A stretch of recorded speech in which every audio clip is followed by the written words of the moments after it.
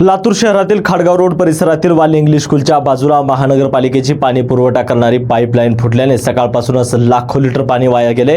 या भागामध्ये आज पाणी पुरवठा करण्यासाठीचा दिवस होता, त्याचप्रमाणे पाणी सोडण्यात आलं, मात्र रस्त्यावरील पाईपलाईन फुटल्याने सर्वत्र पाणी झाले आणि लाखो लिटर पाणी वाया गेले। या ठिकाणाहून आढावा घेतलाय आमचे प्रतिनिधी नितीन बनसोडे यांनी। सध्या उन्हाळ्याचे दिवस सुरू आहेत आणि अशा उन्हाळ्याच्या दिवसांमध्ये आधीच पाणी पुरवठा जो आहे तो कमी प्रमाणात केला जातोय।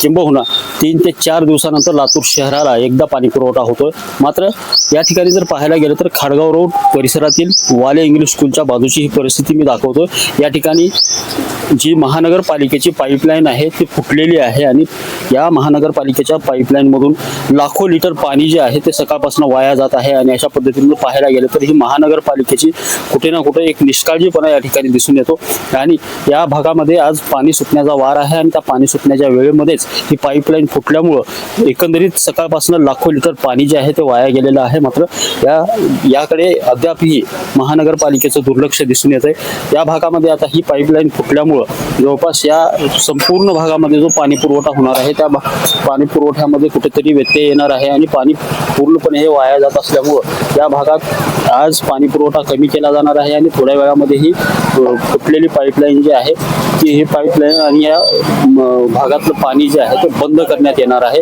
महानगरपालिकेचे कर्मचारी या ठिकाणी आलेले आहेत। महानगरपालिकेच्या कर्मचाऱ्यांनी या ठिकाणी पाहणी केलेली आहे आणि एकंदरीतच पाहता हे या भागातलं पाणी तुर्तास याच वेळी बंद करून आता पुन्हा ही पाईपलाईन दुरुस्तीचं काम जे आहे ते हाती घेतलं जाणार आहे। मात्र यासाठी नेमका किती वेळ लागणार आणि महानगरपालिकेच्या वतीनं कधी ही पाईपलाईनची दुरुस्ती केली जाणार आणि या भागातलं आतापर्यंत वाया गेलेलं लाखो लिटर पाणी जे आहे या वाया गेलेल्या पाण्याला नेमकं जबाबदार कोण हा प्रश्न सध्या उपस्थित झाला आहे। कॅमेरामॅन सुनील गवळीसह नितीन बनसोडे, एकमत डिजिटल, लातूर।